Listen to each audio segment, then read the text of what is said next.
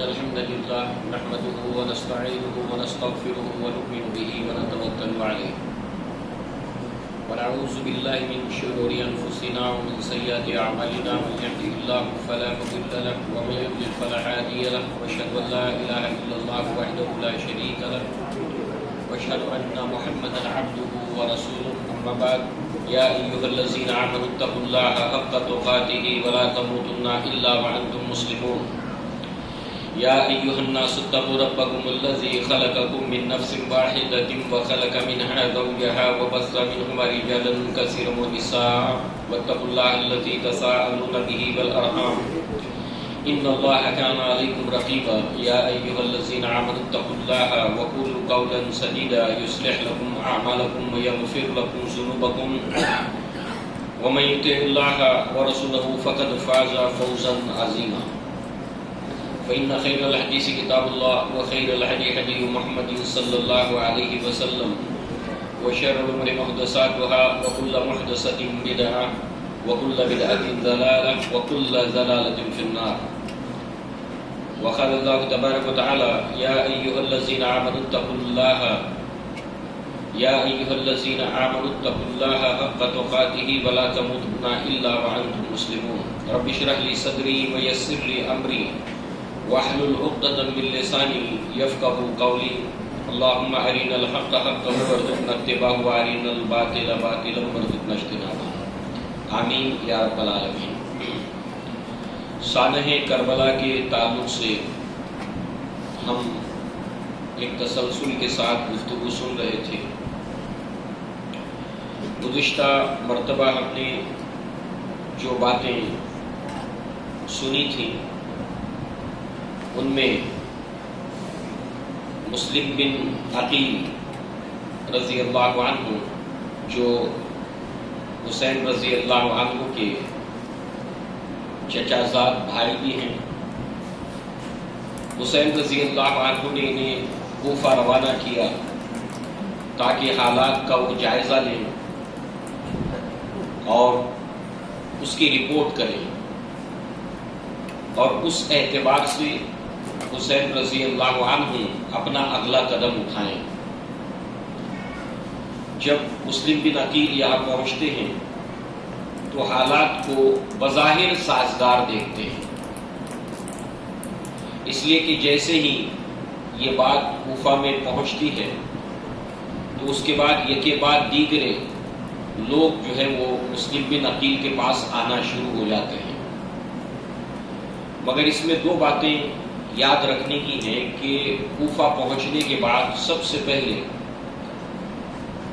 مسلم بن عقیل جہاں پر قیام کرتے ہیں اس شخص کا نام ہے مختار بن ابی عبید۔ سب سے پہلے یہاں قیام کرتے ہیں مختار ابن ابی عبید، اس شخص کے یہاں پر قیام کرتے ہیں۔ لوگوں کو خبر ہوتی ہے، اہل کوفہ کو، اہل عراق کو، تو لوگ یہاں پر آنا شروع ہوتے ہیں اور آن دا بہاف آف حسین رضی اللہ عنہ، یعنی حسین رضی اللہ عنہ کی طرف سے مسلم بن عقیل سے یہ بیعت کرنے لگتے ہیں، اور ہوتے ہوتے بڑھتے بڑھتے یہ تعداد قریب 18,000 تک ہو جاتی ہے۔ الگ الگ تعداد تاریخ کی کتابوں میں موجود ہے۔ آج زیادہ تر ہمارے جتنے بھی ریفرنسز ہیں وہ تاریخی کتابوں کے حوالے سے ہیں، تو قریب قریب یہ تعداد 18,000 تک پہنچ جاتی ہے۔ تعداد کا اختلاف وہ تاریخ کی کتابوں میں ہے، کم زیادہ۔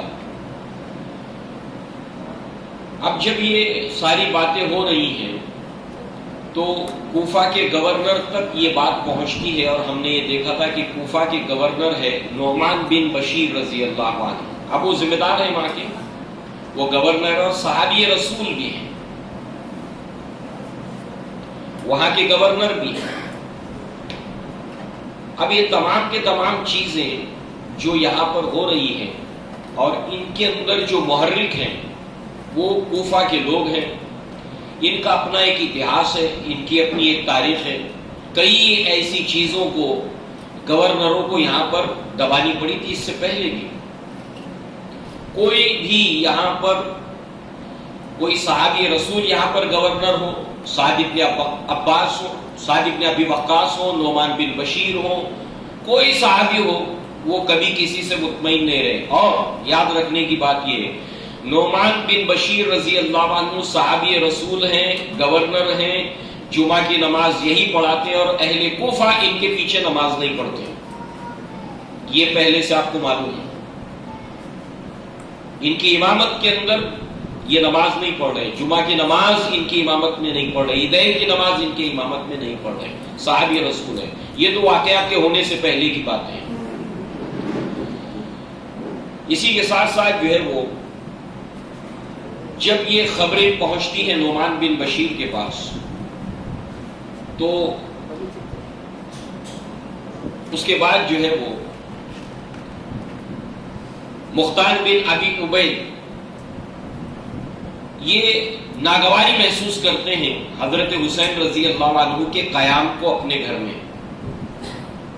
ظاہر سے پتا ہے کہ حالات کیا سامنے آنے والے ہیں، تو پھر یہ نقل مکانی کرتے ہوئے اس مکان سے منتقل ہوتے ہوئے ہانی بن عروہ ان کے مکان پر جاتے ہیں، گھر میں داخل ہوتے ہیں.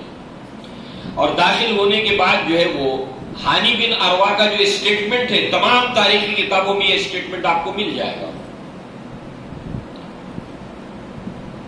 یہ شخصیت بھی مسلم بن عقیل کے اپنے گھر کے اندر وجود کو کراہیت محسوس کرتی ہے. بلانے والے یہی اہل کوفہ ہیں، کہتے ہیں کہ تم نے مجھے بڑی مصیبت میں ڈال دیا.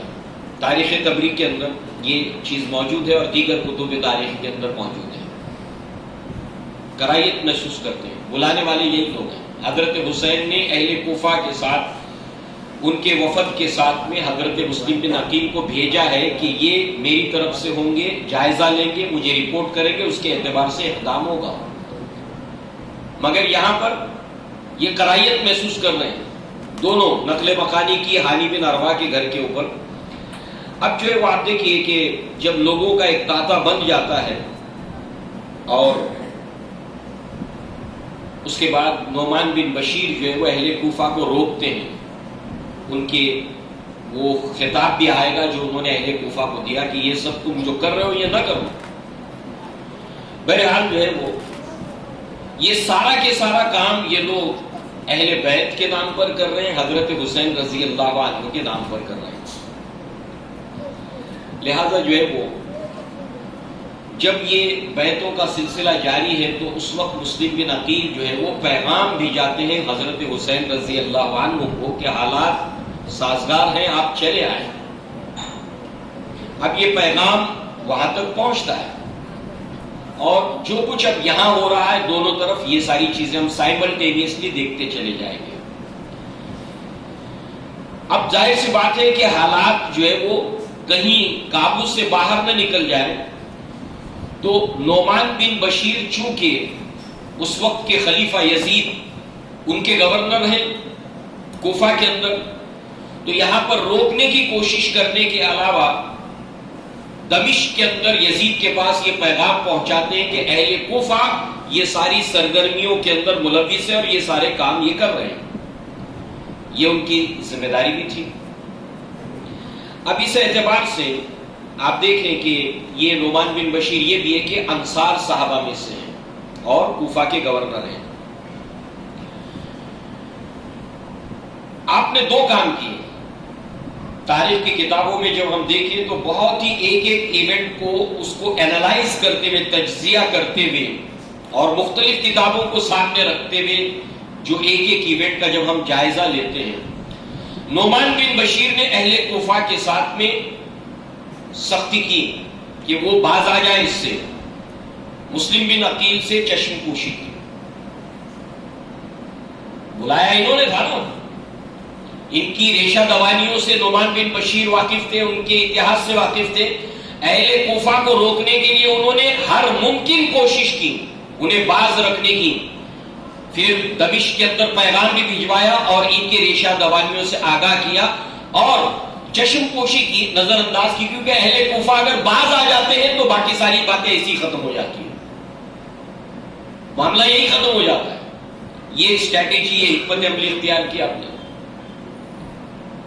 اب انہوں نے اہل کوفہ نے اس کو کس طریقے سے جو ہے وہ بتنگڑ بنایا. آپ دیکھیے دو ایونٹ کو یاد رکھیے. مسلم بن عقیل سے چشم پوشی کر رہے ہیں کیونکہ اگر اہل کوفہ کے ریشہ دوانیوں سے باز آ جاتے ہیں تو یہ معاملہ مسلم بن عقیل کا آنا، حضرت حسین کا آنا، یہ ساری باتیں جو ہے وہ یہ معاملہ جو ہے وہ ویسے ہی ختم ہو جاتے ہیں. کیونکہ کوفہ کے اندر اکثریت جو آبادی ہے وہ چاہے سپاہ یعنی فوجیوں کی صورت میں ہو، چاہے سیویلینز ہو، شہری ہو چاہے فوجی ہو، اکثریت اہل کوفہ کی ہے. اس ایلیمنٹ کو یاد رکھیں، میجورٹی اہل کوفہ کی ہے، چاہے سیویلینز ہے چاہے فوج میں، اور یہ باہم آپس میں ایک دوسرے سے رشتہ بھی رکھنے والے ہیں، فوجی اور اس کے ساتھ ساتھ سیویلینز. پھر اس کا جغرافیکل لوکیشن کی امپورٹنس کو آپ سمجھیے کہ کوفہ جو ہے وہ یہ شام کی طرف، دمشق کی طرف، ایران کی طرف جانے کے لیے ایک چھاونی ہے. عمر بن الخطاب کے زمانے میں اس کو چھاونی بنایا گیا تھا. اس کی جغرافیکل امپورٹنس، یہاں کا پاپولیشن اکثریت اہل عراق اور اہل کوفہ کے اوپر ہے. مدینہ کے صحابہ یا مکہ کے صحابہ یہاں پر ان کی تعداد کم ہے، یا تابعین کی تعداد یہاں پر کم ہے. اب اس کا تقابل آپ کیجئے عثمان ابن عفان کی شہادت کے ساتھ. عثمان ابن عفان کی شہادت کہاں ہوئی ہے؟ مدینہ میں. میجورٹی صحابہ کی ہے اور کبار صحابہ ہیں. حضرت علی بن ابی طالب موجود ہیں، عشرہ مبشرہ میں سے صحابہ موجود ہیں. صحابہ کی بڑی تعداد ہے اور یہ محترم شہروں میں سے ایک شہر ہے، دار الامن ہے. اس دار الامن کے اندر مصر سے آنے والے بلوائی جو آؤٹ سائڈرز باہر سے یہاں داخل ہوئے تھے، عراق سے آنے والے، کوفہ سے آنے والے، شام سے آنے والے، ان کی تعداد تھی جو حج کے ایام میں آئے تھے. ٹھیک، مگر سازش اور بلوائیوں نے ان تمام ہنگاموں کے اندر موقع پایا اور عثمان ابن عفان کے گھر میں داخل ہو گئے. جبکہ حضرت حسین اور حضرت حسن رضی اللہ عنہما کو علی بن ابی طالب نے پہرے پہ بیٹھایا ہوا ہے عثمان ابن عفان کے گھر کے اوپر. اور جب یہ شہادت ہوئی ہے عثمان ابن عفان کی تو بڑی سختی کے ساتھ میں پیش آئے تھے علی بن ابی طالب اپنے ان دونوں بیٹوں کے ساتھ.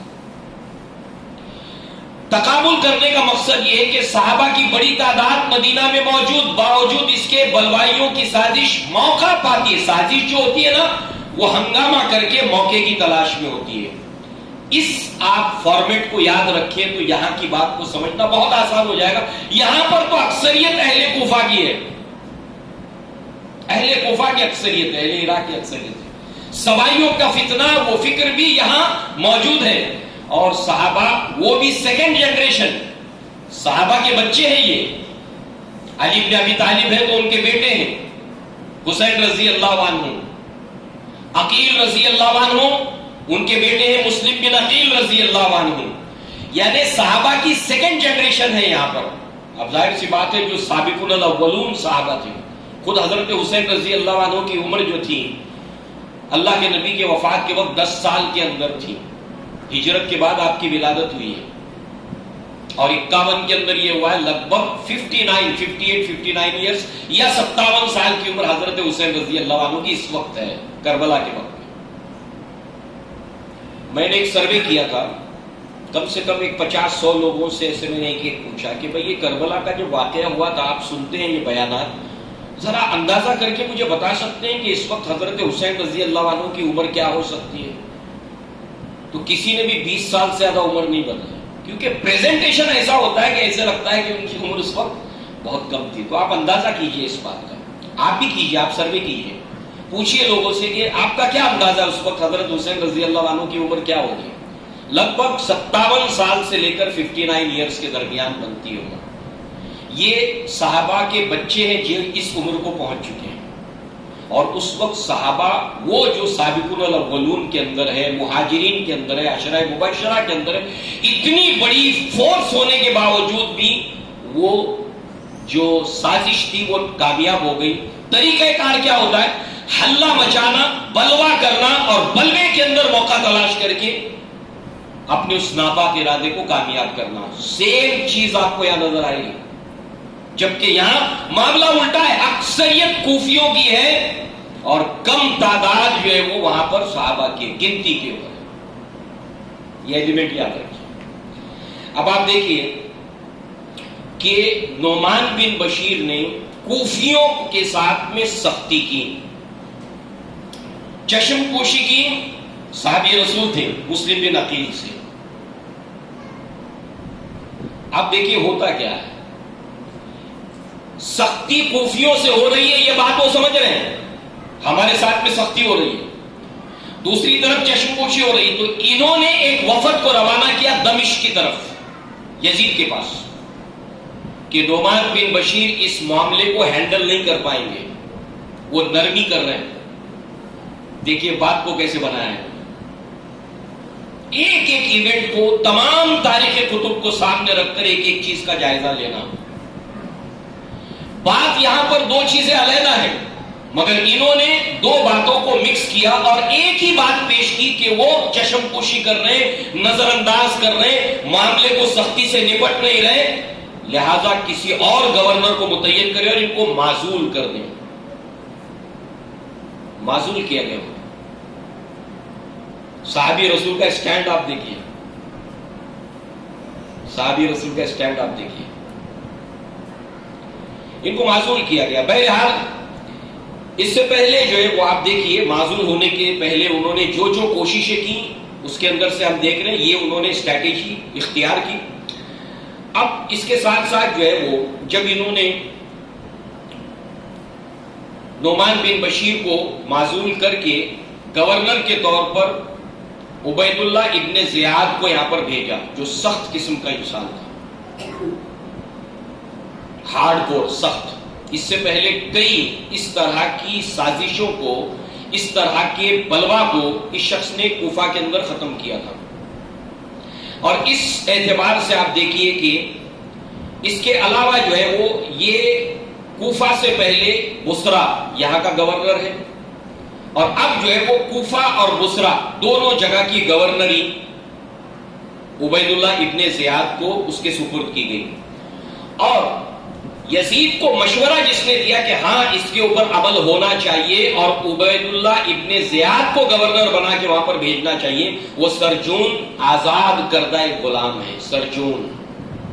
اس نے یہ بات کو قائل کیا اور اس کے بعد عبید اللہ ابن زیاد کو یہاں پر بصرہ کے ساتھ ساتھ کوفہ کا بھی گورنر بنایا گیا اور صحابی رسول نعمان بن بشیر کو ایک طرف کیا گیا۔ ایک بات کو ہمیشہ یاد رکھیں، جتنے لوگوں نے معاملے کو ختم کرنے کی کوشش کی، جو صحابہ ہیں، جیسے سعد بن ابی وقاص کے بیٹے یہاں پر ہیں، انس بن مالک، یہ سب صحابہ نے معاملے کو سیٹل کر کے، رفع دفع کر کے ختم کرنے کی کوشش کی کہ یہ معاملہ نہ بڑھے۔ ان لوگوں کو ہدف بنایا اور ان کی کوششوں کو ناکام بنایا کوفیوں میں۔ لہذا جو ہے وہ اب یہاں پر ابن زیاد کی انٹری ہوتی ہے کوفہ کے اندر، مگر اس سے پہلے نعمان بن بشیر کی معزولی سے پہلے انہوں نے اہل کوفہ کو جمع کیا۔ مسلم بن عقیل اس میں نہیں ہے، اور یہ صحابی رسول نعمان بن بشیر جو ہے وہ البدایہ والنہایہ ابن کثیر نے اس خطبے کو نقل کیا ہے، مفصل خطبہ ہے۔ ان کو اہل کوفہ کو روکا اور کہا کہ دیکھو اختلاف پیدا نہ کرو مسلمانوں کے درمیان، خامخواہ اس کے اندر مسلمانوں کے خون بہیں گے، تم اختلاف کے کام کر رہے ہو، اس کو مت کرو، نہ کرو اس کو، اور فتنہ انگیزیوں سے روکنے کی کوشش کی۔ اس کے ساتھ ساتھ کہا کہ اس کے ذریعے سے اتحاد اور اتفاق کو نقصان پہنچے گا تمہاری وجہ سے، تو اس اتحاد کو پارا پارا نہ کرو، اللہ کے نبی کی سنت کی پیروی کرو، جو بیعت تم نے کی ہے اس بیعت کو فسق مت کرو، بیعت کو توڑو مت، اس کے خلاف ورزی مت کرو، اور دیکھو اگر کوئی قتال کرے گا، جنگ کرے گا، تو میں اس کے ساتھ جنگ کروں گا۔ یہ خطاب کس سے کر رہے ہیں؟ اہل کوفہ سے۔ اس میں مسلم بن عقیل نہیں ہے، ان سے چشم پوشی کر رکھی ہے، اور اسی شکایت کو جنرل کر کے، عام کر کے دمشق کے اندر پہنچایا ہے کوفہ نے۔ وہ جان رہے تھے کہ نعمان بن بشیر ان کے ساتھ میں جو معاملہ کر رہے ہیں کہ تم نے اگر جنگ کرنے کی کوشش کی تو میں تمہارے ساتھ میں جنگ کروں گا، اور جو نہیں کرے گا اس کے ساتھ میں نہیں۔ خامخواہ کسی شبہ کی بنیاد کے اوپر کسی کے اوپر ایکشن نہیں لوں گا میں۔ لہذا ہر طرح سے انذار بھی کیا اور انہیں بتایا، ایک خوشخبری دی، ترغیب دلائی کہ تم یہ سب کام نہ کرو۔ بہرحال یہ ساری کوششیں نعمان بن بشیر کی اسفل ہو گئیں۔ کس طریقے سے؟ جب گورنر عبید اللہ ابن زیاد کو روانہ کیا گیا، پیغام پہنچانے والے یہی لوگ تھے کہ نعمان بن بشیر جو ہے وہ سختی سے کام نہیں لے رہے، حالات نکل جائیں گے ہاتھ سے۔ اب دیکھیے، ابن زیاد جب کوفہ کے اندر داخل ہوتا ہے تو منہ کے اوپر ڈھانٹا باندھ کر، کپڑا وغیرہ باندھ کر، اب یہ کوفہ کا گورنر بن کر کوفہ میں داخل ہوتا ہے، منہ کے اوپر کپڑا بندھا ہوا ہے، ڈھانٹا بندھا ہوا ہے۔ جو لوگ ملتے جاتے ہیں ان کو سلام کرتے ہوئے عبید اللہ ابن زیاد نکلتا، منہ ڈھکا ہے، تو جواب کیا ہے؟ وعلیک السلام یا ابن بنت رسول اللہ، یعنی لوگ جو ہے وہ اس اجنبی کو حضرت حسین رضی اللہ عنہ سمجھ رہے ہیں، یعنی وہ اس طریقے سے جائزہ لیتے ہوئے آتا ہے، داخل ہوتا ہے کوفہ کے اندر، اور یہ بات یقینی پہنچ جاتی ہے کہ حضرت حسین رضی اللہ عنہ اگر کوفہ میں نہیں داخل ہوئے ہیں تو داخل ہوں گے۔ اس طریقے سے یہ کوفہ کے اندر داخل ہوتا ہے۔ اب اس کے بعد جو ہے وہ عقیل نامی ایک غلام، یہ مسلم بن عقیل ہے، اور عقیل نامی غلام کی ڈیوٹی لگا دیتا ہے کہ جو کچھ ہو رہا ہے اس کی پوری رپورٹ مجھے دے، اور مسلم بن عقیل کہاں ٹھہرے ہوئے، کس کے گھر میں رکے ہوئے، اس کی رپورٹنگ مجھے کرو۔ اب یہ شخص جو ہے وہ حمص کا باشندہ ہے، یہ جو غلام ہے عقیل نامی، یہ حمص کا باشندہ ہے، لہذا جو ہے وہ یہ 3000 دینار لے کر جو ہے وہ پہنچتا ہے کس کے گھر؟ ہانی بن عروہ کے گھر، جہاں پر مسلم بن عقیل ٹھہرے ہوئے، 3000 دینار لے کر، اور وہ 3000 دینار دیتا ہے، بیعت بھی کرتا ہے، مگر یہ جاسوسی کے لیے آیا ہوا ہے کہ مسلم بن عقیل کہاں پر رکے ہوئے، اور اس طریقے سے جو ہے وہ پھر اس کے بعد جب معلوم ہوتا ہے تو مسلسل آنا جانا رکھتا ہے، 1 دن 2 دن کے بعد 3 دن کے بعد، پوری معلومات نکالنے کے بعد اس سے عبید اللہ ابن زیاد کو وہ آگاہ کرتا ہے یہ معاملہ ہے، کہاں پر رکے ہوئے ہیں، اور پوری رپورٹ اور پوری رودات جو ہے وہ وہاں پر دے دیتا ہے۔ اب حسین رضی اللہ عنہ تک پیغام پہنچ چکا ہے کہ حالات سازگار ہیں۔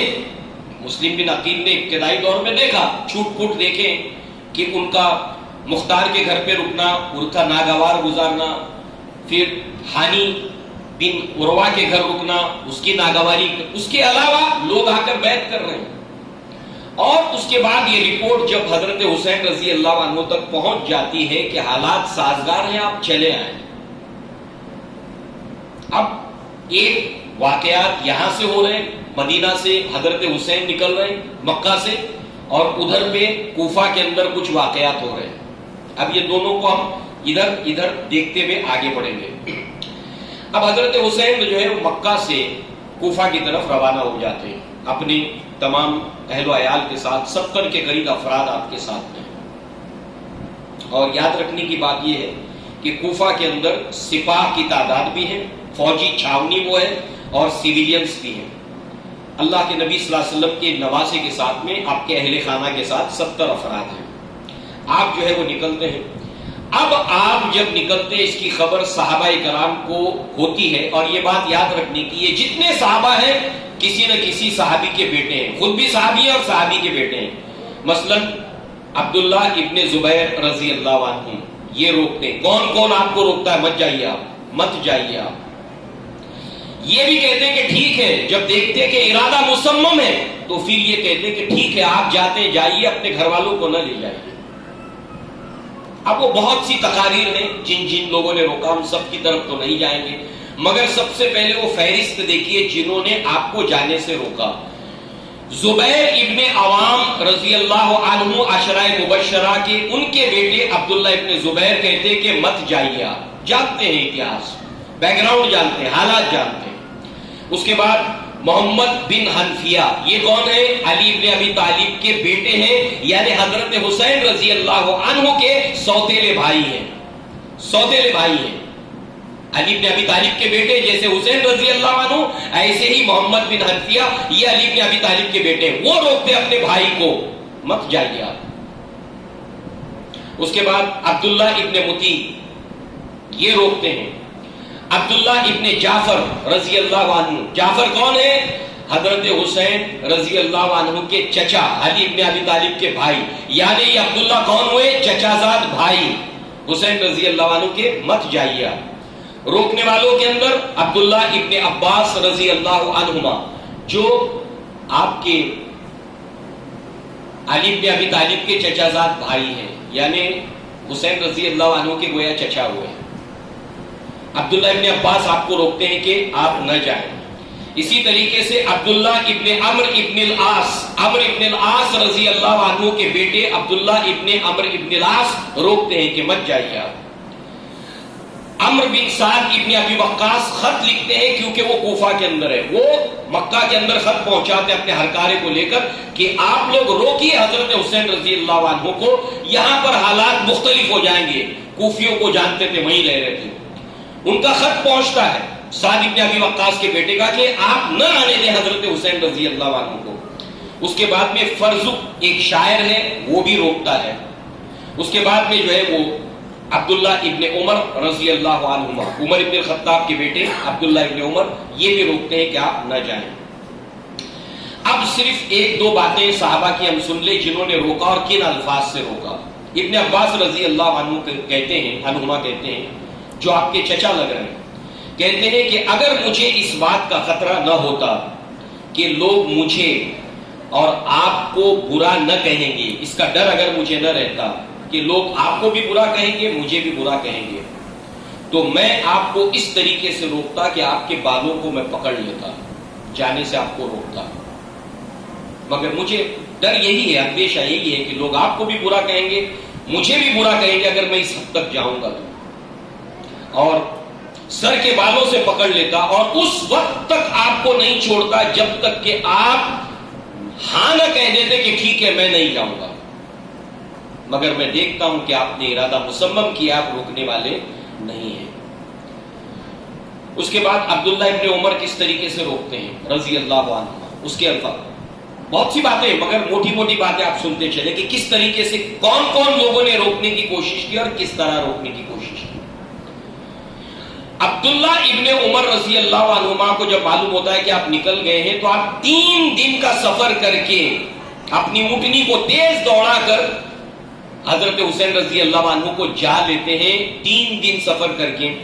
اور اس کے بعد میں حضرت حسین رضی اللہ عنہ کو خطوط دکھاتے ہیں کہ یہ دیکھو میرے پاس اہل کوفہ کے، اہل عراق کے خطوط ہیں اور بے شمار خطوط ہیں، یہ فلاں کا ہے، یہ فلاں کا ہے. ایک ایک کا نام لیتے ہیں. اس بات کو یاد رکھیے، خط لکھنے والے کوفیوں میں سے کون کون ہیں، اس خط کے اندر ان کا نام مینشن ہے. یہ بہت ہی اہم ایلیمنٹ ہے واقعہ کربلا میں. آنے والے خطوط اور جنہوں نے خطوط لکھی ہے ان کے نام، ایک ایک کا نام بتایا، خط بتایا کہ انہوں نے مجھے بلایا. بہرحال کہتے ہیں کہ مجھے خطوں کے بارے میں تو نہیں معلوم جنہوں نے آپ کو مدعو کیا ہے، مگر ظالموں نے آپ کو کسی طرح دھوکہ دے ہی لیا، آپ کو دھوکے میں لے لیا ظالموں نے کسی طرح. آپ نہ جائیں. اور اس کے بعد جب حضرت حسین رضی اللہ عنہ نے عزم مصمم کیا ہوا تھا تو آپ نے معانقہ کیا، گلے لگایا حضرت حسین رضی اللہ عنہ کو، اور اس کے بعد آپ رونے لگے. عبداللہ ابن عمر رضی اللہ عنہما رونے لگے اور کہنے لگے میں آپ کو اللہ کے سپرد کرتا ہوں ایک مقتول ہونے والی صورت کے ساتھ. یعنی آپ کو اندازہ ہو گیا تھا کہ وہاں جانے کے بعد کیا ہونے والا ہے. یہ سب صحابہ اندازہ کر رہے تھے. بہرحال اب آئیے ابو سعید خدری رضی اللہ عنہ، یہ بھی صحابی رسول ہے، انہوں نے بھی روکا حضرت حسین رضی اللہ عنہ کو. کہا کہ آپ نہ جائیں، آپ مت جائیے. میں نے آپ کے والد کو یہ کہتے ہوئے سنا ہے. ابو سعید خدری رضی اللہ عنہ کہتے کہ میں نے آپ کے والد علی بن ابی طالب رضی اللہ عنہ کو یہ کہتے ہوئے سنا ہے کہ واللہ، اللہ کی قسم، میں ان کوفیوں سے اکتا گیا ہوں اور یہ مجھ سے اکتا گئے ہیں. مجھے ان سے نفرت ہو گئی ہے اور یہ بھی مجھ سے نفرت کرنے لگے ہیں. لہذا جس کسی کو ان میں وفاداری کبھی نہ ہوگی، ان لوگوں میں وفاداری کبھی نہیں ہوگی، اور جس کسی نے ان کے ذریعے سے کوئی کامیابی حاصل کی، جس کسی نے ان کوفیوں کے ذریعے سے کوئی کامیابی حاصل کر بھی لی اگر، تو پھر وہ انہی کے تیر کا نشانہ بنے ہیں. یعنی استعمال کیا اور استعمال کرنے کے بعد کامیابی ملنے کے بعد میں انہوں نے ان کو نشانہ بنایا. پہلے تو ان کے ذریعے سے کامیابی ملنا مشکل، مل جائے تو پھر ان لوگوں نے اسی کو نشانہ بنایا جس کا سہارا لیا ہے. یہ میں نے آپ کے والد محترم سے سنا ہے. لہذا علی بن ابی طالب آگے کہتے ہیں میں نے سنا کہ ان کی نیتیں درست نہیں ہیں، ان کا فیصلے کے اندر عزم اور مضبوطی نہیں ہے. یہ فیصلے سے پھر جانے والے لوگ ہیں، وعدہ کریں گے مکر جائیں گے. بلکہ ان کے بارے میں ایک مقولہ مشہور ہے، کوفی لا یوفی، ایفائے عہد کرنے والے لوگ نہیں ہیں، وعدہ کر کے پورا کرنے والے لوگ نہیں ہیں. لہذا یہ فیصلہ کرنے کے بعد اس کے اوپر قائم رہنے والے لوگ نہیں ہیں، اور تلواروں کے سامنے یہ صبر کرنے والے لوگ نہیں ہیں. اگر تلواریں چل جائیں گی تو یہ بھاگ کھڑے ہوں گے، اس کے سامنے ڈٹنے والے لوگ نہیں ہیں. یہ میں نے آپ کے والد سے سنا ہے، آپ نہ جائیں. بہرحال یہاں پر حضرت حسین رضی اللہ عنہ کوفہ کی طرف پیش قدمی کرتے ہیں، چلتے چلے جاتے ہیں. اب یہاں کا منظر ہو گیا. اب آئیے کوفہ کی طرف. اب جو ہے وہ ادھر کوفہ کے اندر عبید اللہ ابن زیاد نے ہانی بن عروہ کو پیش کیا، جن کے گھر میں مسلم بن عقیل رکے ہوئے تھے. ان کو پیش کیا، بلایا اور کہا کہ تمہارے گھر میں مسلم بن عقیل رکے ہیں. تو پہلے تو انکار کیا کہ نہیں میرے یہاں پر نہیں ہے.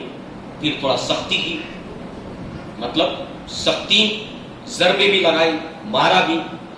اس کے بعد میں جو ہے وہ ہانی بن عروہ کہتا ہے کہ ما دعوتہ منزلی، میں نے اپنے گھر میں ان کو دعوت نہیں دی، میں نے نہیں بلایا ان کو.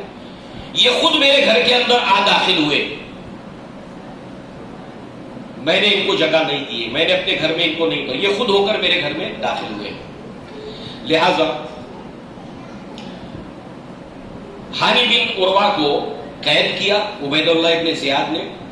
اب قید کیا ہے تو کوفیوں نے ان کے قتل کی افواہ پھیلا کر ان کے قبیلے اور ان کے خاندان کے لوگوں کو اشتعال دلایا. ہانی بن عروہ کو قتل کر دیا گیا، ہانی بن عروہ کو قتل، یہ افواہ پھیلائی. اس کے اندر کوفی بھی ہے، سبائی بھی ہے، افواہ پھیلا دی. کیونکہ شورش برپا کرنا، فساد برپا کرنا، بلوا پر برپا کرنا، یہ سارے جو ہے وہ غلط میسیجز کو، غلط خبروں کو، افواہوں کو پھیلا پھیلا کر. اور اسلام میں آپ کو معلوم ہے افواہ پھیلانے کی کتنی ممانعت ہے، کتنی سختی ہے. اللہ کے نبی نے جھوٹا کہا ہے اس انسان کو جو سنی سنائی بات کو آگے بڑھائے. یہاں پر ہانی بن عروہ کو قتل ابھی نہیں کیا گیا ہے، مقید کیا گیا ہے، قید میں رکھا گیا ہے. مگر کوفیوں نے، سبائیوں نے یہ بونڈر مچا دیا کہ ہانی بن عروہ کو قتل کر دیا گیا. اب ظاہر سی بات ہے ان کے قبیلے لوگ اشتعال میں آ گئے، مگر ان کو قیادت چاہیے، لیڈ کرنے والا چاہیے جس سے دل جڑے. اور ظاہر سی بات ہے جن سے دل جڑ سکتے ہیں ان کا معاملہ ہے وہ مسلم بن عقیل ہیں. ان کو کنونس کیا. 20,000 کے قریب لوگوں، 18,000 کے قریب لوگوں نے بیعت کر چکے تھے. لہذا جو ہے وہ انہوں نے جو ہے وہ یہاں پر مسلم بن عقیل کو تیار کیا اور ان کو امیر بنایا، اور اس طریقے سے گورنر ہاؤس کا محاصرہ کر لیا. کس بات کو بنیاد بنا کر؟ ہانی بن عروہ کو قتل کر دیا گیا. اس کے بعد عبید اللہ ابن زیاد نے قاضی شریح ان کو بھیجا اور کہا کہ ان کا قتل نہیں کیا گیا ہے، ان کو پوچھ تاچھ کے لیے، انکوائری کے لیے قید خانے میں رکھا ہوا ہے. انہوں نے آ کر بتایا، انہوں نے آ کر سمجھایا، اور پھر اس کے بعد میں جو ہے ان کے سامنے ان کو یہ اپیل بھی کی گئی، سختی بھی کی گئی کہ اس سے وہ باز رہیں. گورنر ہاؤس کا محاصرہ کیا ہے انہوں نے. اور اس کے بعد جو ہے وہ یہ بھی ان کے سامنے اعلان کیا گیا کہ عورتیں جو یہ آنے والے لوگوں کی رشتہ دار ہیں، چاہے بہن کی صورت میں، چاہے ماں کی صورت میں، چاہے بیوی کی صورت میں، چاہے بیٹی کی صورت میں، تو گھر کی عورتیں ان کو روکیں اور لے جائیں اپنے اپنے شوہر کو، اپنے والد کو، اپنے بیٹے کو کنونس کر کے لے جائیں. پوری کوشش کی گئی ہے کہ یہ معاملہ بڑھے نہ آگے. اور آپ دیکھیں گے شروع میں لگتا ہے کہ نہیں بڑھے گا، مگر اچانک جو ہے وہ معاملہ، اسی لیے وہ مثال دی گئی آپ کو عثمان ابن عفان کی. کنٹرول ہوتے ہوتے جہاں موقع پایا حلہ کر کے جو ہے وہ معاملے کو اپنے ناپاک ارادے کو مکمل کیا. سارے سیٹل کرنے کی کوشش ہو رہی ہے کہ ہنگامہ نہ ہو، معاملہ نہ ہو. بہرحال خواتین کو کہا گیا اپنے اپنے جو بھی ان میں سے آدمی اس کو لے جائے. عورتیں آ کر، لیکن بھیڑ دھیرے دھیرے کم ہونے لگی. جو گورنر ہاؤس کو گھیرے میں رکھا تھا، بھیڑ دھیرے دھیرے کم ہونے لگی. اس کے بعد میں جو ہے وہ قوم کے جو قبیلے کے سرداروں نے اپنے اپنے لوگوں کو کہا کہ نہیں کرو یہ، اور واپس. اب یہ دن کے اندر تو کچھ تعداد تھی، مگر رات ہوتے ہوتے ہوتے سب کے سب صاف ہو گئے. رہ گئے مسلم بن عقیل اکیلے. اب کوئی ان کو اپنے گھر میں پناہ دینے کے لیے بھی تیار نہیں ہے. بلایا انہی لوگوں نے. کیوں؟ دیکھ لیا اب خطرے کے بادل منڈلانے لگے ہیں. نعمان بن بشیر سے لے کر عبید اللہ ابن زیاد تک جتنے لوگ ہیں، انہوں نے کوفیوں ہی کی اس ریشہ دوانی کو ختم کرنے کے اوپر اپنا پورا فورس لگایا، پوری طاقت لگائی. اب انہوں نے دیکھا کہ پورا بل ابھی دھیرے دھیرے ہمارے نام کے اوپر پکا ہوتا جا رہا ہے. کچا بل کیا بھی انہوں نے تھا. اسی لیے آگے یہ تفصیل سے بات آئے گی. انہوں نے جب واقع کربلا ہو گیا تو ہونے کے بعد جتنے ٹینٹس تھے سب کو آگ لگائی کوفیوں نے. جانتے کیوں؟ کیونکہ یہ خطوط جس کے اوپر نام لکھے ہوئے خط لکھنے والوں کے، وہ کسی کے ہاتھ نہ لگے. یہ واقعہ آگے تفصیل سے آئے گا. کیونکہ یہ ایونٹس ہیں، یہ واقعات ہیں، اور ایونٹس کو وداؤٹ موٹیو کے، وداؤٹ ایلیمنٹ کے، صرف واقعات کے حوالے سے پڑھیں گے تو ایسی صورت کے اندر صحیح نتیجے تک کبھی نہیں پہنچ سکیں گے. کوئی ایونٹ ہو رہا ہے، اس کے پیچھے کون کون سے ایلیمنٹس کام کر رہے ہیں، اور ان ایلیمنٹ کا موٹیو کیا ہے، یہ ثبوت مٹانا چاہتے ہیں اپنے خلاف کوفی. جو انہوں نے کیا ہے، ثبوت مٹانے کے لیے انہوں نے کیا کیا کیا ہے. حتیٰ کہ اگر مختصر بات کہی جائے تو کوئی ثبوت باقی نہ رہے، نہ ریٹن فارم کے اندر، نہ کوئی چشمدید گواہ، نہ کوئی شاہد انسانی صورت کے اندر. اور اسی لیے کوفیوں نے یہ چاہا جیسے ختم ہو جائے، خط جل کر راکھ ہو جائے، ایسے حسین رضی اللہ عنہ بھی دمشق پہنچنے نہ پائے، کیونکہ ہماری حقیقت کھل جائے گی، ہماری سچائی سامنے آ جائے گی. لہذا یہاں پر جو ہے وہ جب یہ معاملہ ہو گیا، مسلم بن عقیل گھر گھر جانے لگے، کوئی ان کو پناہ دینے کے لیے تیار نہیں ہے. اور اس وقت آپ نے حضرت حسین رضی اللہ عنہ کو پیغام بھجوایا. اس کے اندر پیغام بھجوانے کے اندر عمرو ابن سعد ابن ابی وقاص بھی تھے. حضرت حسین کو کہا کہ یہاں کے حالات اب بگڑ چکے ہیں. پہلے جب پیغام بھجوایا تھا مسلم بن عقیل کو نارمل لگے، مگر اب جو ہے وہ آنے سے مسلم بن عقیل نے کہا، حضرت حسین کو روکا کہ اب مت آئیے، آپ نہ آیا. اور اس کے بعد جو ہے وہ آپ دیکھیے کہ مسلم بن عقیل کو عبید اللہ ابن زیاد کی طرف سے قتل کر دیا گیا. ٹھیک، قتل سے پہلے انہوں نے ایک دعا پڑھی ہے، ایک دعا مانگی ہے اللہ تعالیٰ سے. اور یہ دعا کیا ہے؟ اللہم احکم بیننا و بین قوم.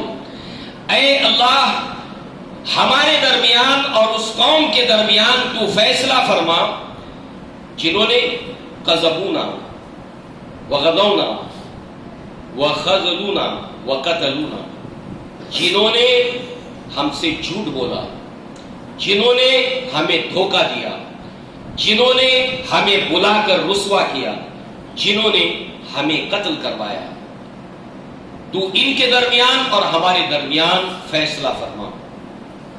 لہذا جو ہے وہ یہ پیغام کہ مسلم بن عقیل قتل کر دیے گئے ہیں، یہ پیغام بھی حضرت حسین رضی اللہ عنہ تک پہنچا. ابھی آپ کوفہ نہیں پہنچے، آن دا وے یہ پیغام بھی پہنچ گیا. نہ آیا مسلم بن عقیل کا، پھر آپ کے قتل کی خبر بھی پہنچی. تو یہاں سے حضرت حسین رضی اللہ عنہ نے واپسی کا ارادہ کیا، ارادے کو ترک کر دیا. یہ ساری باتیں آپ کو ریکارڈ کے اوپر تاریخ میں ملے گی. جب یہ خبر آپ کو ملی، مسلم بن عقیل کا پیغام اور عمرو ابن سعد ابن ابی وقاص کا پیغام، واپسی کا ارادہ کیا. تو جو گروہ ساتھ میں تھا کوفیوں کا، حضرت حسین رضی اللہ عنہ کے ساتھ جو لینے کے لیے آیا تھا، اس نے پھر بات یہاں پر بگاڑ دی. کیا کیا؟ اس کو توجہ سے سنیے.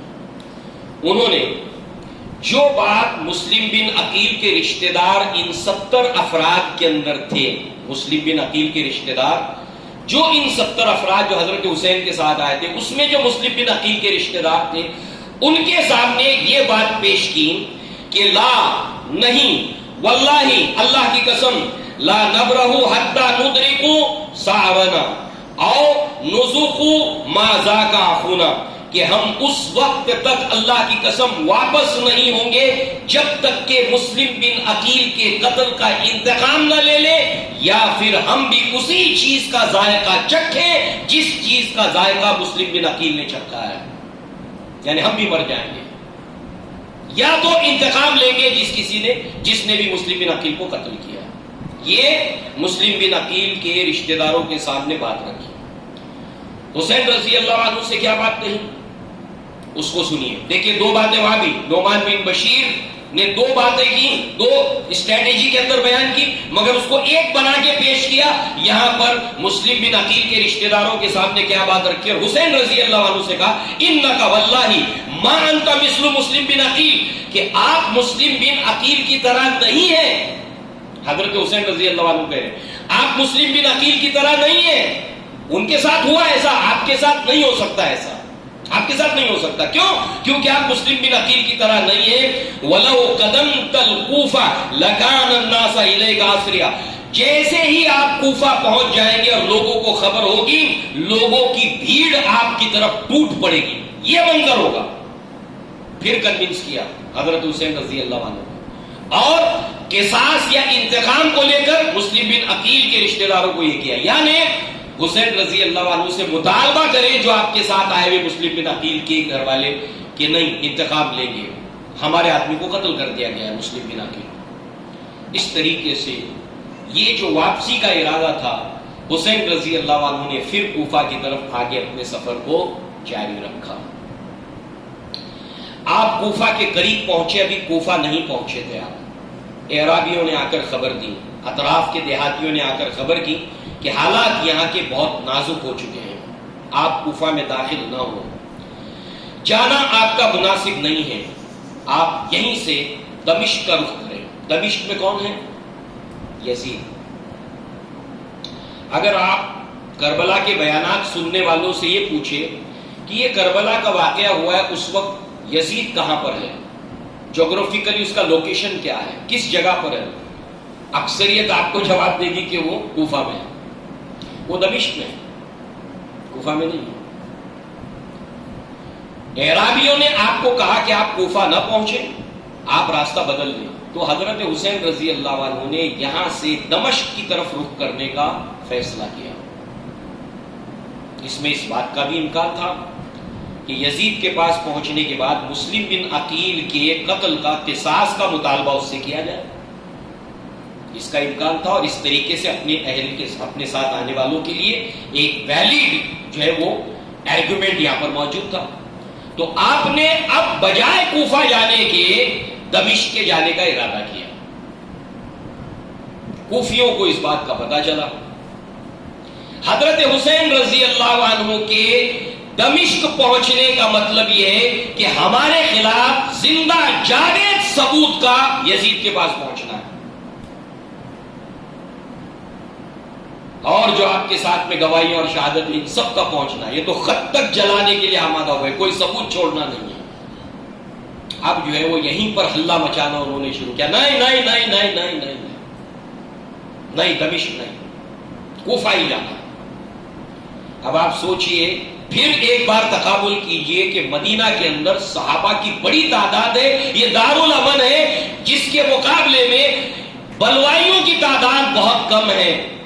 اس کے بعد بھی وہ سازش وہاں پر کامیاب ہوئی، اور یہاں پر تو تعداد مائنورٹی کے اندر اکثریت کوفیوں کی ہے. حلہ کرنا، ہنگامہ کر کے، ڈائیورٹ کر کے جو وہ چاہتے اس طرف رخ کرنا ان کے لیے آسان تھا.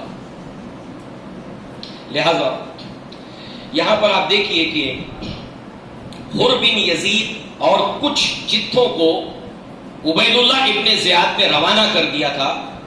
خبریں تھیں حسین رضی اللہ عنہ اپنے ساتھیوں کے ساتھ آ رہے ہیں، پھر کوفی بھی ان کے ساتھ میں ہیں. تو لہٰذا اس نے ایسے ٹولیاں جو ہے وہ روانہ کر دی تھی. اس میں سے حر بن یزید، اس کا بھی ایک گروہ تھا جو تلاش کر رہے تھے، تلاش میں لگے ہوئے تھے. حضرت حسین رضی اللہ عنہ کے آنے والے قافلے کے تعاقب میں تھے. اور پھر ان دونوں قافلوں کی ملاقات ہو جاتی ہے، حر بن یزید کے قافلے کی اور حضرت حسین رضی اللہ عنہ کے قافلے کی. لہذا جو ہے وہ آمنا سامنا ہوتا ہے. اس وقت جو ہے وہ حر بن یزید کے سامنے وہ خطوط جو ہے وہ جو خطوط اہل کوفہ نے بھیجے ہیں وہ حر بن یزید کے سامنے حضرت حسین رضی اللہ عنہ رکھتے کہ مجھے بلایا گیا، یہ خطوط ہیں اس کے، یہ ثبوت ہے اس کا. انہوں نے کہا کہ مجھے دمشق جانے دو آپ، میں اپنی مرضی سے یہاں نہیں آیا ہوں، کوفہ والوں نے مجھے بلایا ہے اور یہ اس کے ثبوت ہیں. لہٰذا اب میں کوفہ نہیں جا رہا ہوں، میں دمشق جا رہا ہوں، مجھے جانے دو. لہٰذا جو ہے وہ اس کے اوپر جو ہے وہ حر بن یزید نے جو ہے وہ کہا نہیں، پہلے آپ عبید اللہ ابن زیاد کے سامنے حاضر ہوں، اس کے بعد وہ جو بھی طے کریں اس کے بعد آپ جائیں، دمشق جائیں، جہاں بھی جائیں. لہذا جو ہے وہ عمرو ابن سعد ابن ابی وقاص، وہ بھی یہاں کے ذمہ داروں میں سے تھے کوفہ کے، وہ جو ہے وہ ان کے ساتھ جو دستہ تھا، جنرل تھے یہ، ان کے ساتھ جو دستہ تھا وہ بھی لے کر پہنچے. اب یہاں پر عامر ابن سعد ابن ابی وقاص، سعد ابن ابی وقاص کے بیٹے، انہوں نے بھرپور کوشش کی کہ معاملہ رفع دفع ہو جائے. اور اس وقت جو ہے وہ حضرت حسین رضی اللہ عنہ نے جب دیکھا کہ یہ ٹکراؤ کی صورتحال پیدا ہو رہی ہے، دو گروہ ہے، حر بن یزید اور عمرو ابن سعد ابن ابی وقاص، اور اس طریقے سے خطوں کا بھید تو کھل چکا تھا، جو کوفی ساتھ میں تھے انہوں نے دیکھ لیا تھا، یہ بھید کھل چکا تھا، یہ تو دیکھ لیا تھا. لہذا جو ہے وہ اس ٹکراؤ کو ٹالنے کی عمرو ابن سعد ابن ابی وقاص نے اس جگہ کے اوپر بھرپور کوشش کی. اور اس وقت جو ہے وہ حسین رضی اللہ عنہ نے ان کے سامنے تین باتیں رکھی. فقال الحسین رضی اللہ عنہ، حسین رضی اللہ عنہ نے کہا یا عمرو، اے عمرو، یا عمرو اختر منی احدی ثلاث، مجھے تین چیزوں میں سے ایک چیز کا اختیار آپ دے دو.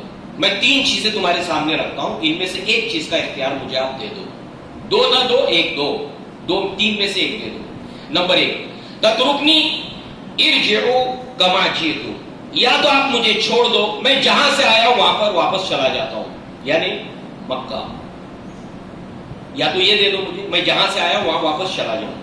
نمبر دو، وَأَنْ أَبَيْتُ هَذِهِ فَسَيَّرْنِي إِلَى التَّرْكِ أُقَاتِلُهُمْ حَتَّى أَمُوتَ، یا تو اس وقت جہاں بھی جنگیں ہو رہی ہیں تو کسی جنگی محاذ کی طرف مجھے بھیج دو. اگر تمہیں یہ منظور نہیں ہے کہ میں جہاں سے آیا ہوں وہاں پر میں پہنچوں، اگر یہ منظور نہیں ہے تو جہاں جہاں جنگیں ہو رہی ہیں اسلام اور کفر کے درمیان، مجھے کسی محاذ پر بھیج دے، میں وہاں جاؤں گا، قتال کروں گا حتیٰ کہ مجھے موت آ جائے. یہ دوسرا آپشن ہے، یا تو یہ دے دو مجھے، یا تیسرا یہ ہے کہ ون ابی تہازی، اگر یہ بھی تم کو منظور نہیں ہے، فبعث بی الی یزید، تو پھر مجھے یزید کے پاس جانے دو، میں اس کے پاس جا کر اپنے معاملے کو سیٹل کر لوں. یہ تینوں میں سے کوئی ایک اختیار کر لو آپ. اور اس وقت عمرو ابن سعد ابن ابی وقاص نے ان ہنگامی حالات کے اندر کے کوفی میں سے کوئی شرط منظور کرنے کے لیے تیار نہیں تھے، وہ اپنی جگہ پر بلوا مچائے ہوئے. اور اس وقت جو ہے وہ عمرو ابن سعد ابن ابی وقاص نے پوری کوشش کی کہ یہ پیغام عبید اللہ ابن زیاد تک پہنچایا جائے، اور پیغام پہنچ گیا. مگر کوفیوں کے جو ہے وہ طبیعت میں بگاڑ پیدا ہو رہا ہے کہ اب یہ ساری مصیبت ہمارے گلے آنے والی ہے. اب جو ہے وہ آپ دیکھیے کہ ابن زیاد کا اس کے اوپر جواب ہے جو کتب تاریخ کے اندر موجود ہے. کہتا ہے واللہ، اللہ کی قسم، ھذا کتاب رجل ناصح لامیرہ، یہ انسان تو اپنے امیر المؤمنین کا خیر خواہ ہے، ناصح ہے، لہذا مشفق علی قومہ، اور اپنے قوم کے اوپر مہربان بھی ہے. یعنی اگر یہ بات ہے، یہ تین آپشن تو جنگ ٹل جائے گی، معاملہ خراب ہونے سے بچ جائے گا، کوفیوں کا فتنہ فساد دب جائے گا، یہ فتنہ دب جائے گا. تو یہ گویا کہ قوم کے اوپر ایک مہربانی ہوگی، تو یہ قوم کے اوپر گویا کہ مشفق ہے اور اپنے امیر کا خیر خواہ ہے، لہذا یہ بہتر بات ہے کہ میں اس کو قبول کروں. نام قد قبلتو، یہ تو ایک قابل قبول بات ہے جس کو میں قبول کرتا ہوں، جس کو میں ایکسپٹ کرتا ہوں. اب ظاہر سی بات ہے یہاں پر جو اس کے مشیرین کوفیوں میں سے تھے انہوں نے اس کو اس بات کے لیے کنونس کیا، راضی کیا کہ اگر آپ نے ان تینوں میں سے کوئی بھی بات مان لی تو جو یہ ساتھی ہیں کوفہ کے ان کے لوگ یہ کہیں نہ کہیں ان کے ساتھ مل جائیں گے اور پھر دوبارہ یہاں پر بغاوت ہوگی، لہٰذا یہ موقع آپ نہ دیں، تینوں میں سے کسی ایک چیز کو بھی آپ قبول نہ کریں کیونکہ پھر دوبارہ یہ چیزیں ہونے کا امکان ہے۔ دونوں طرف سے ڈھول بجا رہے ہیں کوفی، لہذا جو ہے وہ بعد اس کے آپ دیکھیں کہ چاہے جنگ جمل ہو، چاہے جنگ صفین ہو، سیٹلمنٹ ہو گیا، معاملہ طے ہو گیا، عائشہ صدیقہ رضی اللہ عنہا علی بن ابی طالب کے درمیان رضی اللہ عنہ، معاملہ رفع دفع، دونوں ادھر ادھر ہو گئی فوجیں۔ یہاں پر سبائیوں نے دیکھا کہ یہ تو نہیں ہونا چاہیے۔ کیوں نہیں ہونا چاہیے؟ وہ چاہتے نہیں تھے، ان کی سازش ناکام ہونے جا رہی تھی۔ تو رات کے اندھیرے میں جب فوجیں اپنے اپنے مسکن کی طرف لوٹ جائیں، اپنے گھروں کی طرف لوٹ جائیں گے، رات میں ڈھانٹے باندھ کر رات کے اندھیرے میں ایسے تاثر دیا کہ حضرت علی کی فوج نے عائشہ صدیقہ رضی اللہ عنہا کی فوج کے اوپر حملہ کیا ہے اور یہاں سے لوگوں نے وہاں پر حملہ کیا اور اس طریقے سے انہوں نے اس امن و امان کے ٹریٹی کو برباد کیا۔ اسی طرح کی ساری کانسپیریسی یہاں پر بھی چل رہی ہے، یہاں پر بھی جاری اور ساری ہے۔ بہرحال جو ہے وہ یہاں پر یہ ٹکراؤ کو دور کرنے کی کوشش ہو رہی ہے اور کوفیوں کی طرف سے ٹکراؤ پیدا کرنے کی کوشش ہو رہی ہے۔ محرک کیا ہے، موٹیو کیا ہے کہ اگر یہ بات ٹل گئی تو کوفیوں کا بھید کھل جانا ہے کہ ساری سازش انہوں نے کی، سارا فتنہ انہوں نے برپا کیا ہے۔ بہرحال حر بن یزید جو ہے وہ جب یہ دونوں طرف سے حضرت حسین رضی اللہ عنہ کی طرف سے جو کوفی گروہ اس میں شامل ہے اور جو یہاں سے عمرو بن سعد ابن ابی وقاص اور حر بن یزید کے گروہ میں سارے کے سارے کوفی ہیں، یہ آپس میں ٹکرانے کی کوشش کر رہے ہیں اور یہ اس کو دور کرنے کی کوشش کر رہے ہیں۔ اب دیکھیے اس وقت حر بن یزید جو ہے وہ کوفیوں سے مخاطب ہو کر کیا کہتا ہے، یا اہل کوفہ، اے کوفہ والوں، ادعوتم الحسین الیکم، کہ تم حسین رضی اللہ عنہ کو تم نے اپنی طرف بلایا، اپنی طرف بلاتے ہو، حتی اذا آتاکم اسلمتموہ، اور تمہاری بات کو تسلیم کرتے ہوئے، تم پر بھروسہ کرتے ہوئے وہ تمہارے پاس آتے ہیں تو آنے کے بعد ان کو بے یار و مددگار چھوڑ دیتے ہو، بلاتے ہو اور آنے کے بعد بے یار و مددگار چھوڑ دیتے ہو۔ قاتلوا انفسکم دونہی، جان دینے کے وعدے کرتے ہو، ان کے لیے تم اپنی جان دینے کے وعدے کرتے ہو، اور ثم عدوتم علیہ لتقتلوا، اور تم خود ہی ان کے دشمن بن کر ان کو قتل کیا چاہتے ہو۔ بلاتے وقت کہتے ہو ہم جان دے دیں گے اور جب وہ آ جاتے ہیں تو تم کہتے تم ان کے دشمن بن کر ان کو قتل کیا چاہتے ہو۔ یہ کیا تمہارا معاملہ ہے؟ یہ ہے بہرحال حضرت حسین رضی اللہ عنہ کی شہادت سے پہلے آپ نے بھی ایک دعا مانگی ہے، اس دعا کے اوپر آج کی اس بات کو ہم ختم کریں گے اور پھر آخری سیشن ہمارا اگلا ہوگا جس کے اندر شہادت حسین، اس کی تفصیلات کیا کیا ہوا اور اس کے ساتھ ساتھ اس کے اوپر اہل سنت والجماعت کے اسلاف کا اس میٹر کو لے کر کیا موقف ہے، ان کے اوپر ہم انشاءاللہ لب لباب کنکلوژن اور خلاصے کے طور پر یہ دونوں ٹاپکس کو ملا کر اگلی دفعہ ہم بات کریں گے۔ آج کے درس کو حضرت حسین رضی اللہ عنہ نے شہادت سے پہلے جو دعا مانگی تھی اللہ تعالیٰ سے، وہ دعا کیا تھی؟ اللہم، یہ تاریخ تبری کے اندر دعا موجود ہے، اللہم احکم بیننا و بین قوم، اے ہمارے رب، اے اللہ ہمارے درمیان اور اس قوم کے درمیان تو فیصلہ فرما، دعونا لینصرنا، انہوں نے ہمیں مدد دینے کا، ہماری نصرت کرنے کی بات کہہ کر ہم کو یہاں پر بلایا، ہم تمہارا ہاتھ بیٹھائیں گے، ہم تمہاری نصرت کریں گے، یہ کہہ کر ہم کو یہاں پر بلایا، فقتلونا، اور ہمیں قتل کیا، تو ان کے درمیان اور ہمارے درمیان فیصلہ فرما۔ دونوں دعاؤں کو ساتھ میں رکھیے جو مسلم بن عقیل نے مانگی تھی اور انہوں نے، اور جتنے صحابہ نے حضرت حسین کو روکنے کی کوشش کی انہوں نے ریزن کیا بتایا، کیوں مت جائیے وہاں پر، ساری جگہ پر ایک ہی بات نکل کر آئے گی، کوفی لا اعتبار. ان کا ٹریک ریکارڈ بھی ہے، سب کا خلاصہ، ساری روکنے کا خلاصہ یہی نکلتا ہے. یہ بھروسے کے لائق نہیں ہے، دھوکہ دے دیں گے.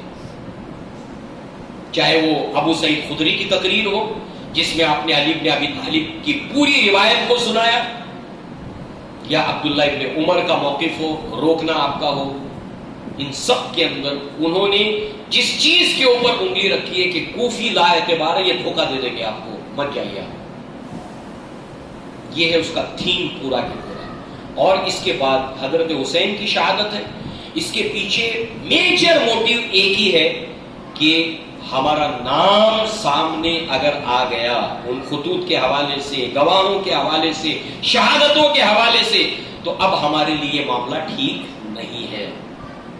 تو ثبوتوں کو مٹانے کے لیے انہوں نے کیا کیا کیا؟ امن ہونے والی چیزوں کو حضرت حسین واپس جانا چاہتے، نہیں جانے دیا، کنونس کیا غلط دلائل دے کر. دمشق جانا چاہتے تھے، جانے نہیں دیا. 3 آپشنز رکھے، تینوں میں سے ایک قبول کرنے نہیں دیا. اور پھر بالآخر یہ کربلا کا سانحہ ہوتا ہے جو مسلمانوں کے آنے والے قیامت تک کے مسلمانوں کے لیے ایک دردناک واقعہ ہے، ایک دل کو تکلیف پہنچانے والا واقعہ ہے جو رونما ہوا ہے اللہ کے نبی صلی اللہ علیہ وسلم کے نواسے حضرت حسین رضی اللہ عنہ کے ساتھ جو اور آپ کے اہل بیت کے ساتھ میں ہوا ہے کہ اللہ کے نبی نے آپ کے فضائل اور مناقب کے اندر، حسنین کے مناقب کے اندر کئی روایتیں بیان کی ہیں. انشاءاللہ العزیز اس سانحہ کربلا کے آخری کڑی کو انشاءاللہ ہم اگلی مرتبہ سنیں گے. اقول قولی ھذا واستغفر اللہ لی ولکم ولسائر المسلمین والمسلمات وآخر دعوانا الحمدللہ رب العالمین. السلام علیکم ورحمۃ اللہ وبرکاتہ.